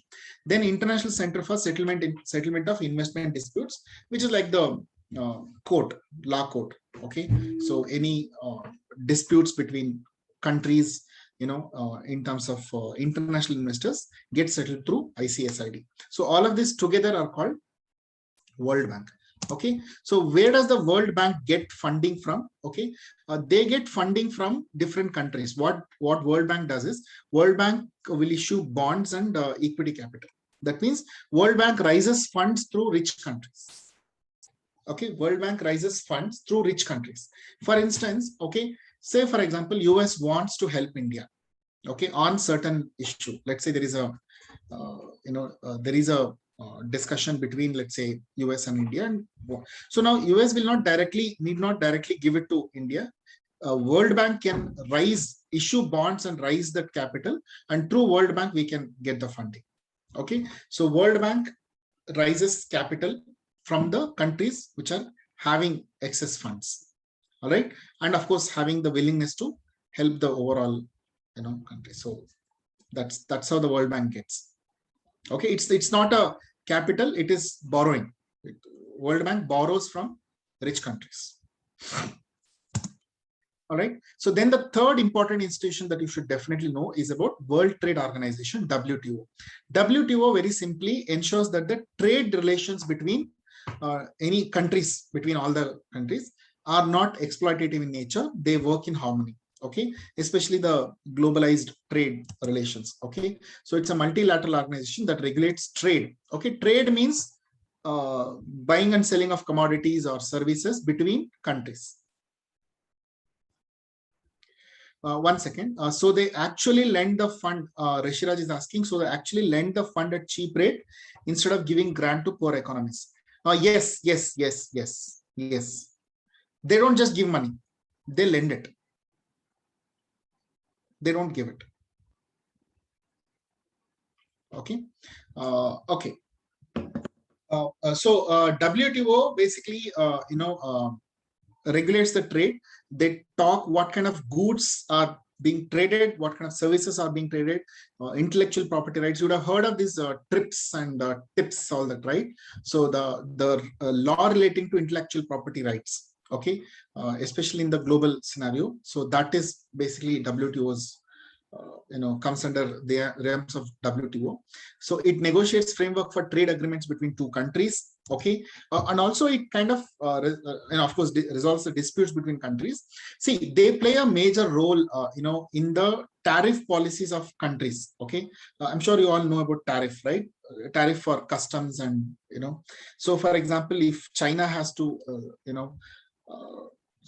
sell their product in India, okay, if India wants to suddenly increase the customs on only Chinese product, okay, then WTO will pitch in and say you're not supposed to do that. Okay, you would not be allowed to, you have to charge a similar customs for similar products. Okay, so why do they do that? That means we don't want to have, I mean, they don't want any country to have an upper hand in controlling other countries' business in this country. If there is a demand in your country, it should be allowed. Okay, unless and until you prove it to be it's going to affect your country in certain security way or something else. Other than that, there should be free trade between the countries, so you cannot exploit another country like that, right? So that basically is the role the WTO plays. Tariffs, anti-dumping regulations, for instance, all right, harmful products, standard meeting of standard standards of specific countries, all these come under WTO's regulations. Okay, so what there are two principles they work under. One is the non-discrimination principle. Okay, in fact, it allows for a rule called most favored nation. Okay, so that means it says that there should not be a most favored nation. In fact, the other way of looking at this, no country should have its most favored nation, and I will give a liberal policy for one country to export goods into my country. Okay, so it should be a equal trade barrier. Okay, they don't say you can't have trade barrier, but your trade barrier should not be based on a certain country. Okay, for example, Pakistan used to be under MFN with India for a long period of time. Okay, which has been removed after India had to prove that this particular trade relation is going to affect our is going to affect our whatever security reasons or whatever it is. Then only we were allowed to remove Pakistan from our MFN nations, right? Otherwise, every country is under MFN for us now. All right. So then reciprocity. Okay, reciprocity is concession between two countries should be reciprocal. Okay, so again, that is to say that there is no exploitation of one country over the other. Okay, I'm giving you this discount, so you also, because you are giving me that discount, so there is a quid pro quo kind of a relationship. So basically, two things here what we see WTO trying to do. One, they want to encourage a globalized trade. Okay, any commodity should be available for anybody. Okay, they played a major role in vaccination also, by the way. Last year, whatever that conflict was arising, regarding the export of vaccines, let's say from India, from US, and all that, WTO is the institution that played a role in bringing the terms acceptable by all the countries, right? So one is they want to ensure that the commodities are traded across the world and in a globalized way. There are no restrictions placed by one. And secondly, it also ensures that there is no exploitation of one country over the other. Okay, so this is what WTO does. All right, so we have discussed three institutions. IMF, what does IMF do? IMF takes care of the economic stability. World Bank takes care of helping the poor economies or underdeveloped economies. WTO takes care of the trade relations between the countries. All this, the trade union, trade zones, what we call as, for example, NAFTA, North American Free Trade Agreement, or in a way, the SAARC also. Okay, these are all zones created, right? Okay, wherein the trade becomes much cheaper here, and there are no restrictions. Okay, these have to be approved by WTO. Okay, it cannot happen that, okay, for example, India and Sri Lanka, we will together form one small union and we will trade according to our whims and fancies. Not possible. It has to be approved by WTO. Yes, European Union also. Okay, so largely, if we understand what these work on, that should be fine. Binding commitments, member can change commitments only after negotiating with and compensating trade partners. Transparency. Okay, trade regulations must be published. Okay, every country has to publish its trade regulations, which should be transparent. Okay, and the safety values, protect the environment, public, animal, and planet health. That's where all this plant health. That's where all this. At some point of time, there was a accusation that a lot of this medical waste was being dumped in certain countries. Okay, and by paying money. Okay, all these things were actually curbed by WTO. Okay, so and then you have regional development banks like regionally. These are basically like the World Bank, a miniature World Bank, only to serve that particular continent or some particular region. Like you have ADB, Asian Development Bank, African Development Bank. They play the similar role of World Bank, but at a regional level. Okay. Yeah, they also issue bonds. Like before you asked me that question, where do they get money from? They get money from issuing bonds. Okay, so Asian Development Bank, for example, can issue bonds and raise funds. Okay, most of these, you would have heard of these sovereign wealth funds. Have you? I don't know if you've heard of. Like for example, China, Japan, US.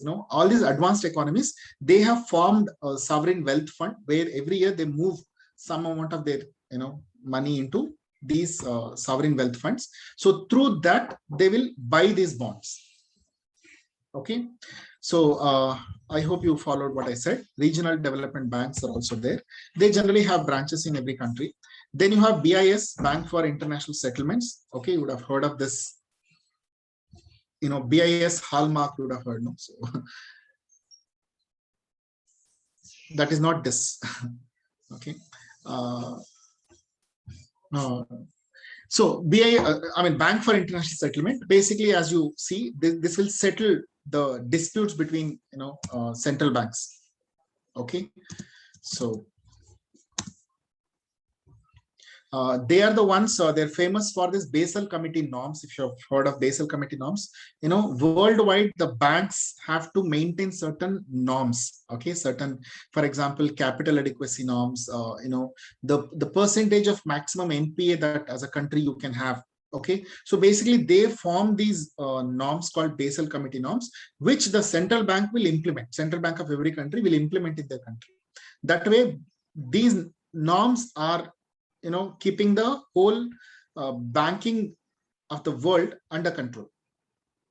Okay, so no individual bank can influence or bring up something which will affect the other banking industry. Okay, so Basel Committee norms are the ones which are adopted by all the banks around the world. Okay, so this is the major role what Bank for International Settlements play. All right. Then you have Exim banks. Exim banks, it's a word we use in India. Different countries use different words. So Exim banks basically support exporters and importers. Let's say in India, Exim Bank of India supports Indian exporters and importers by lending, by giving guarantees, okay, by giving information. They kind of handhold. If you're a new exporter, if you have a product and you're a new exporter, you can always go to Exim Bank for kind of a support. Okay, so of course nowadays a lot of private support system has come in. So, but at some point of time, let's say if you are in Bangalore and you have a product which you think you have demand in other countries, how to go about it. Okay, starting from funding to the process support and also getting access to the other country. So you needed an expert government institution. That was what Exim Bank was playing. All right. So then we have the Euro banks. Okay. So Euro banks, see, you don't have to, okay, just give me 1 second. Okay. I just have to close the window. Please wait. There's some noise here.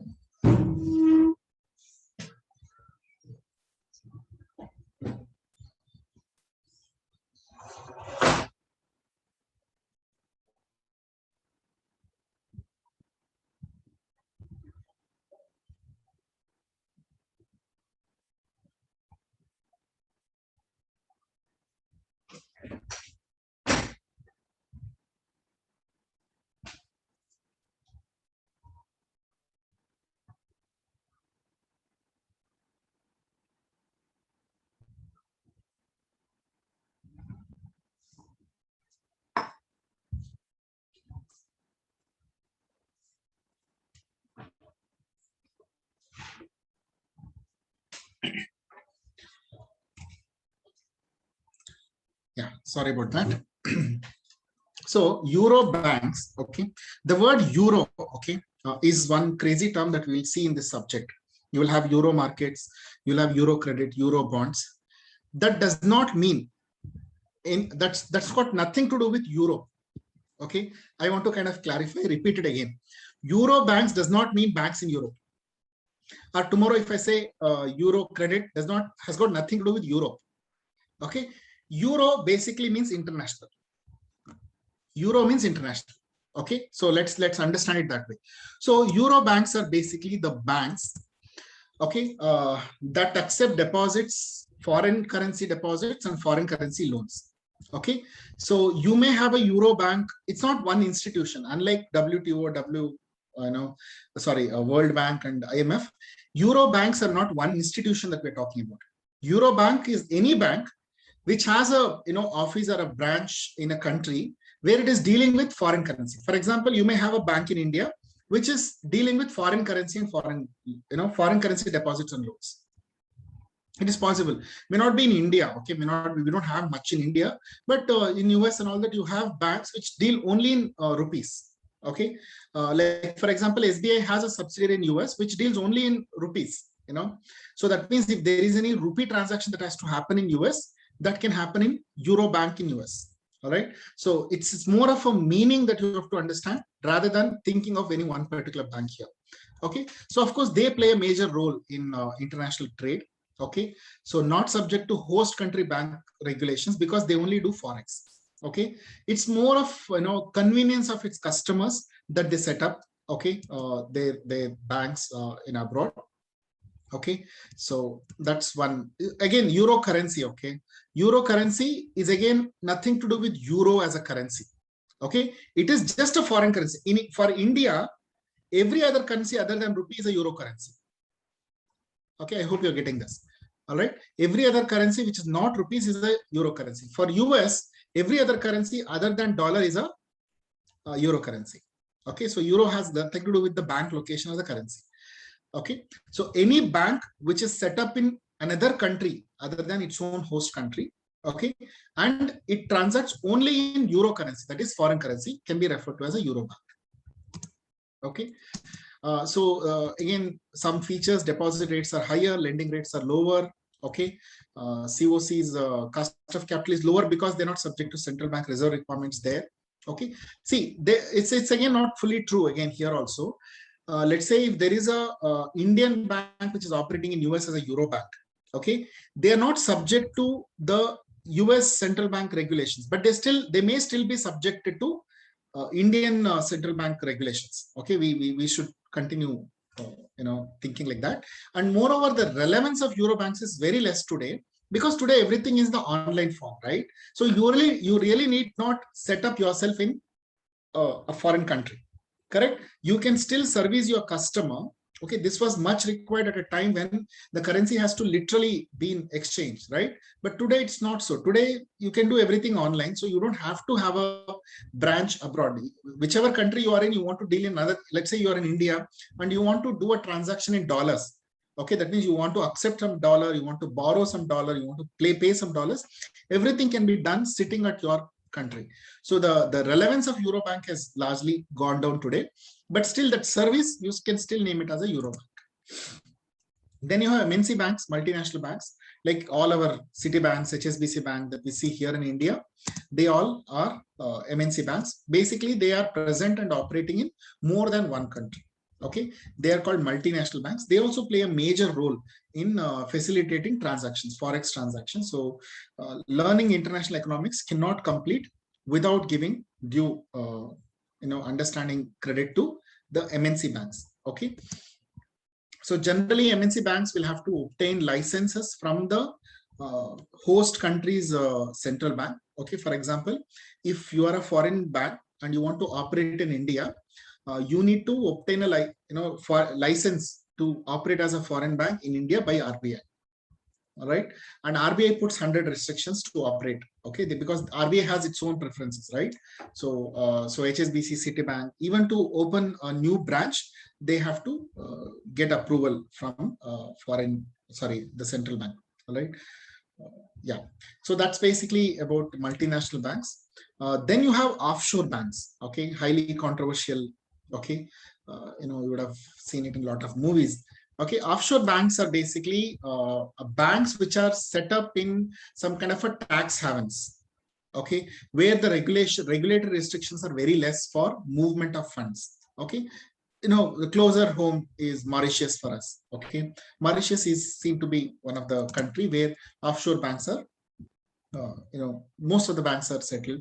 You would have heard of Cayman Islands. Okay, so these are basically these are banks which are located in jurisdiction different from where its deposit resides. Okay, that means the customers may be from completely different country, but they are transacting through their bank account. They're transacting in this country where we have set up. Okay, so generally countries with a reputation for offshore banks are called offshore financial centers. Like I gave you the example of Mauritius and Cayman Islands, etc. And they're usually located in tax havens because of financial and legal advantages generally associated with underground economy. Although it does not directly prevent taxation, but yeah, generally it is related. We don't have much detail about that, so it's not an official place to discuss all that. But offshore banks do not report income to tax authorities. Okay, they maintain extreme confidentiality, right? They have no legal obligation because the country is their revenue of the country. They have chosen the model of this. Okay, the revenue comes through this. All right. So these are basically offshore banks. Why? I mean, I'm not saying they're important, but at a learning point, yeah, Swiss banks, yeah, Switzerland also to an extent, but they're not. Yeah, they're not really. I mean, if there is a bank of Switzerland in Switzerland, that's not an offshore bank. Some other bank goes and sets up their office in Switzerland, that becomes a Swiss bank. Okay, so let's understand this. Say for example, JP Morgan goes and sets up a bank in, let's say, Cayman Islands. Okay, so that becomes an offshore bank, right? So as much as 50% of world's capital flows through offshore banks because of the tax advantages. Okay, and they have around 1.2% of world's population, but hold around 26% of world's wealth. Okay, it is said that nearly 18 to 28 trillion dollars of money is hoarded in offshore accounts. By comparison, world GDP is around $80 trillion. So that means we are talking about nearly 25% of the world's wealth is in offshore accounts. Okay. Yeah. Unstable regions operate with lower cost. They generally, set up in tourism destinations, remote islands where they're usually located to earn money. No tax deduction on interest allows income to be hidden. Okay, that means how much ever interest you earn on these bank account balances, it is not taxed. So you don't have to disclose how much interest have you earned. Correct? Yeah. Anonymous banking based purely on the account number. I mean, come on, we have seen so many movies. Okay. They force other countries to deregulate their banking to prevent offshoring capital. Okay, right. So then you have ECGC. Again, it's an Indian institution, but every country has its own, guarantee corporation. It is like a miniature version of MIGA that we talked about. In the World Bank Group, we had the MIGA, right? Guaranteeing agency. So ECGC plays that. So it is owned by Government of India to support the exporters. So if you are an exporter and you're exporting something, naturally the importing country would want a guarantee about your genuineness, right? So ECGC provides you that guarantee. So it's kind of authentifying your yes, kind of an insurance. Yes. Okay. Commercial risk of selling on credit can be worsened due to political risk, BOP, etc. So export credit insurance is designed to protect exporters' payment risks. Okay. So ECGC cooperates with MIGA, right? Yeah. So these were few institutions. Okay. So they give credit risk insurance against loss. I think the same thing. They provide the information on the credit worthiness of overseas buyers. Okay. assists exporters in recovering bad debt. You just have to think like an exporter, and there is this ECGC through which you can. Nowadays, a lot of these, insurance companies also, give this kind of a guarantee. But again, that's more accessible by a bigger company. Okay, so probably if you're a smaller company, medium-sized organization, so probably you might still have to take support from ECGC only, right? So that was about various institutions. Just a quick recap: we started with IMF, World Bank, WTO, then regional development banks, offshore banks, MNC banks, correct? Bank for International Settlement, right? ECGC, Exim Bank. So various institutions. I mean, you can put all of them under one basket, or you can separately view them. But you need to understand one thing, that if you are in the international financial, if you are in the finance side of international, you cannot say that you don't know what they are. Okay, somewhere or the other, these are playing a role in your work. All right. Therefore, this small chapter on different institutions. If you have any other institution that you think we should be discussing, we should add it to this list, I would be happy to hear from you. Please feel free. With that, let us move on to the next part of our discussion, which is called balance of payment. Okay, which won't take much time. I'll just quickly explain this to you. And if I know we only have around 15 minutes, it's okay. I want to start off and give you this idea right now, so that you can come prepared next class. So so far, whatever we have discussed, any questions? I know there are 100 questions we can ask, because, okay, just keep in mind, our purpose is not to discuss all of them in detail. I'm very clear on that we are not discussing economics here. So we don't have to go in depth, but largely with whatever we discussed, you kind of, if you're okay, fine. Any questions, your next 1 or 2 minutes, I can wait for you. And then we can go to the balance of payments, which happens to be your third chapter, fourth chapter in your book. Any questions? Anybody? All good?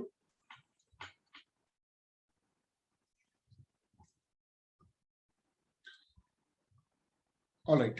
I don't see any, so I'll assume we're all good.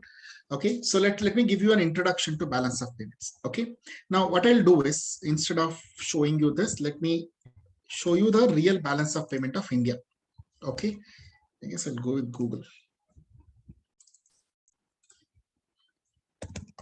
Has anybody seen the balance of payment of India?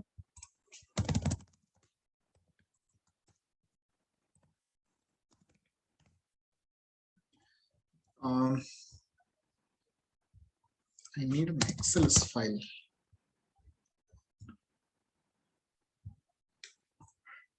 Oops, sorry, no.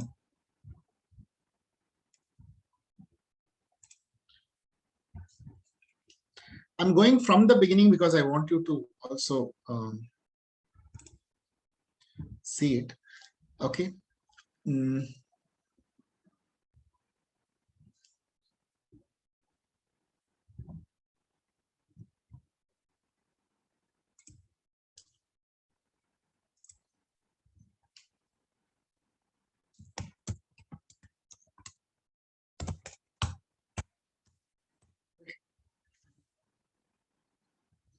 1 second.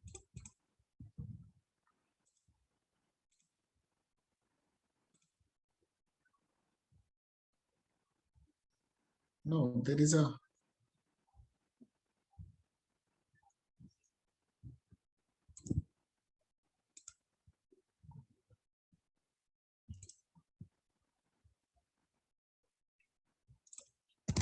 India's balance of payments.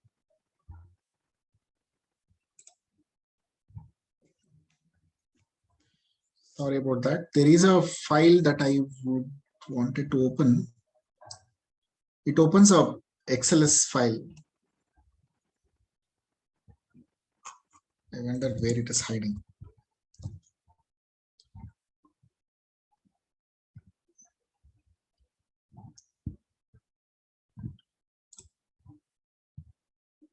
Okay, I'll probably show you next class. Okay, so don't worry.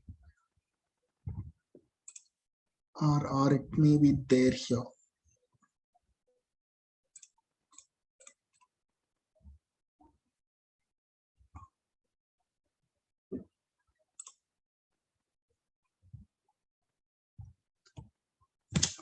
Okay, leave.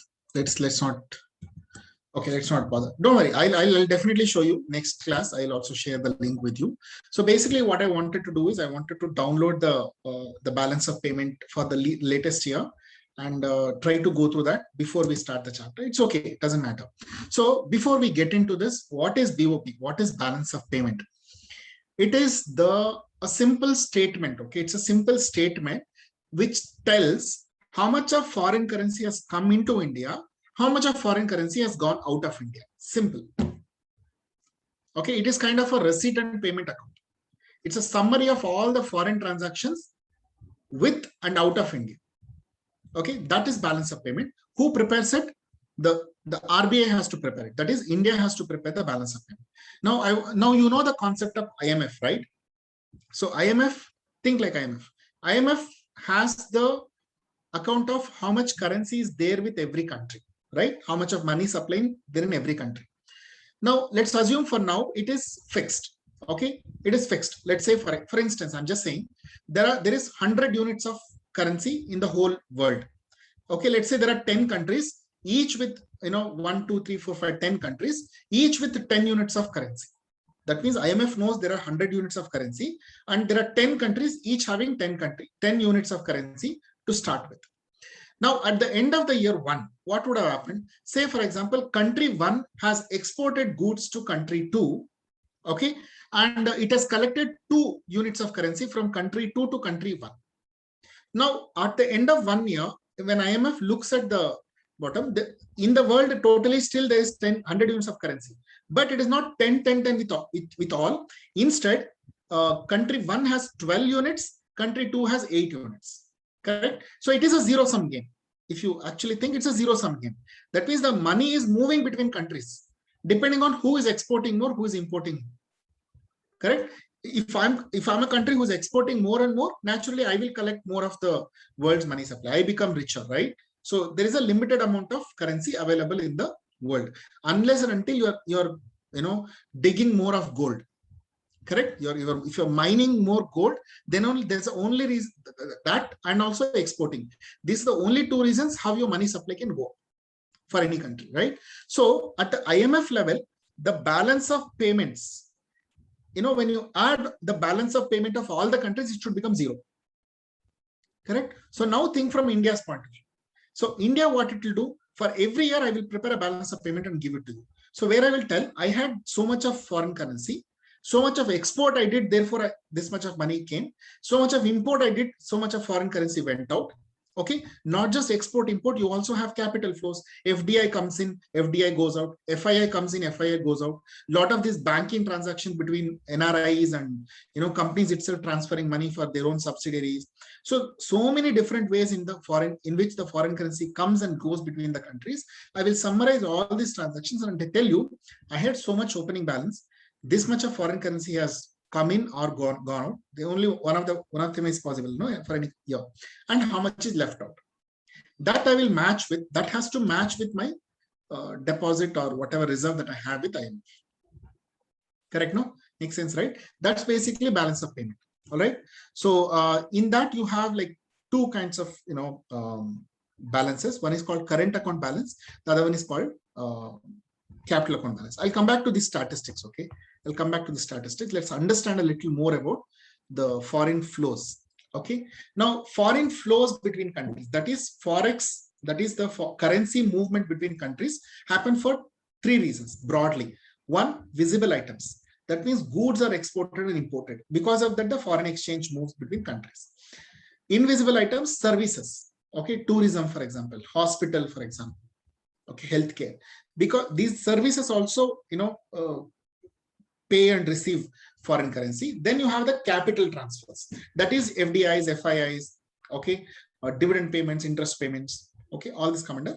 Other than this, you also have unilateral transfer. You also have donations. You have various other reasons also that will come in the balance of payment format. But largely, these are the 3 items because of which the money flows or goes out of the country, right? If a country has no export and import for a particular year of a service, no FDI, FII, no loan, nothing, no foreign transaction, your balance of payment will not have any transaction. That's the extreme way of understanding balance of payment. If you can think of a country which does not have any transaction with the world, then your balance of payment will not have anything. Make sense? Okay. So it's a summary of transactions between locals and foreigners in a particular country for a specific period. It lists the receipts and payments and consists of three accounts: current account, capital account, and reserve account. Okay. And we'll explain that. We'll explain that. And generally prepared in one currency. Okay. The challenge is, when I gave you the IMF example, I said 100 units of currency. Now you know that each of the 10 countries has different currencies, right? So therefore, similarly, every country will present it in one currency. Okay, generally, like for example, India, our balance of payment is in both rupee terms. There are two sheets that they give. One in rupee, then another one in dollar. Okay, you can access India's balance of payments either in terms of rupees or in terms of dollars. Okay, some definition is there. I'm not a definitions person, so I'm just going to leave it. Okay, what is the structure of BOP? BOP is prepared as a statement with these headings: current account, capital account, and reserve account. So current account will summarize all the transaction happening between India. So I'm going to be taking, it is prepared on a continuous basis, reported on an annual basis. Okay, that means the data collection happens throughout the year, but presentation happens on a monthly basis, yearly basis. Okay, so the finalization happens on a yearly basis. Okay, so current account basically, okay, I'm going to be almost referring to this as India's BOP. Okay, this whole chapter, I'm going to be talking from India's point of view because easy for all of us to understand. Okay, but it's equally applicable in any other country. So all the import and export transactions that India does, because of which foreign currency flows into India and foreign currency goes out of India, gets reflected in the current account. All the summary of funds flow from purchase and sale of assets, that is your FDIs and FIIs. I hope we last class we kind of discussed FDI and FI, right?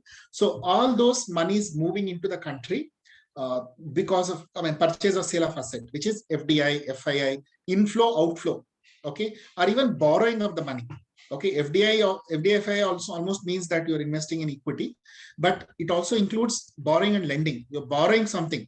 That also comes under capital account. And then third account is reserve account. This is your transaction with the IMF itself. That means you're borrowing and lending with IMF. You remember we said, there is a transaction that happens between IMF and your central bank. So when you add all of them, it becomes zero. When you add all of them, the total should be zero. Okay, but you will know through which account for any particular year you've got more funds, and where you are good at, where you are bad at is known. Okay, I just want to stop here, but I want to give a perspective before we go to the next one.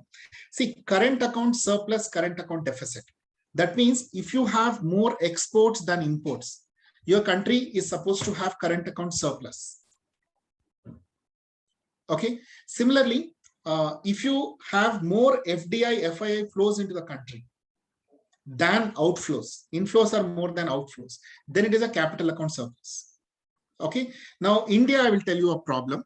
Our problem, why our economy is still developing, okay, even though some people have started using develop, is because we have current account deficit.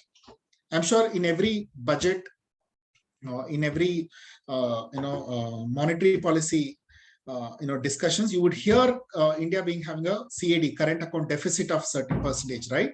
We are generally a current account deficit because our imports are uncontrollable imports like oil and various other, gold and other commodities. We are unable to bring down that import. At the same time, our exports are not growing as much as to overcome the deficit that is getting created because of imports. Okay, so that is basically current account deficit. Now, what India traditionally has been doing, at least for the last 20-25 years that I have been observing, is that whenever we to overcome the deficit of current account, we try to go for capital account surplus. Correct? India is a capital account surplus country. The net inflow of FDI and FII into the country is more. All this Make in India, all these FII friendly regulations, all that is because we want to get capital account surplus, which will ensure that the current account deficit is taken care of. All right. This is the model that we have adopted, which is not in the long run, economic sustenance point of view, it is not a good model. Correct? your revenue should come more from, it is like saying this, no, in my personal life, my loans are more, my EMIs are more. So what I'm doing to meet my EMIs, I'm taking more loans. So that's how it is, looking, right? So countries play with, the current account surplus and capital account surplus, or deficit of one account with other account. They try to manage it. Okay, that's why balance of payment becomes an important item that we need to understand. Every fiscal policy or monetary policy that the central bank comes out with should be viewed from one of the objectives they will keep would be to bring in what is called as BOP equilibrium. All right, BOP equilibrium basically means your current account surplus or not surplus, your current account receipts are matching your current account payments. Similarly, capital account receipts are matching your capital account payments. All right. Definitely, Sharif, you tell me, current account surplus is better than capital account surplus, right? The current account surplus means you're earning. Capital account surplus is you're asking somebody to come and invest in your country. Therefore, the foreign currency, that is not income, na? You're basically selling your asset to a foreigner. Yeah, loan, or you are selling your assets. That is not correct, no? See, all these I'm telling at a very broad, what you say, outline. Okay, so if you get into that in depth, if an economist is sitting in my class, you would laugh at the way I'm explaining. But my purpose is to ensure that we are connecting all the dots, at, and we just have a complete idea, broad idea before we get into exchange rates. Okay. So that's basically what I had for today. Okay, I wanted to start BOP. I think I'm in track. By the way, for those who are going by the textbook, so the textbook, I think this is the 4th chapter. Balance of payment is the 4th chapter. Yeah, balance of payment is the 4th chapter. Okay, so this will be my last segment on the economics part of it. Next, we will get into markets, international foreign markets. So please keep one small notebook, and if possible, keep a calculator and a pen. So we will have a lot of numericals, when we'll be solving these problems. Next class onwards. All right. So good. Thank you. Any questions? We still have 2-3 minutes. I would like to take any questions if you have any. This time is yours now.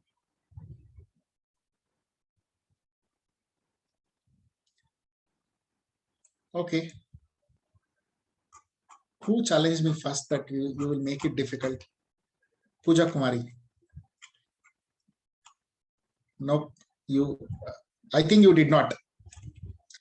Better luck next time, next class.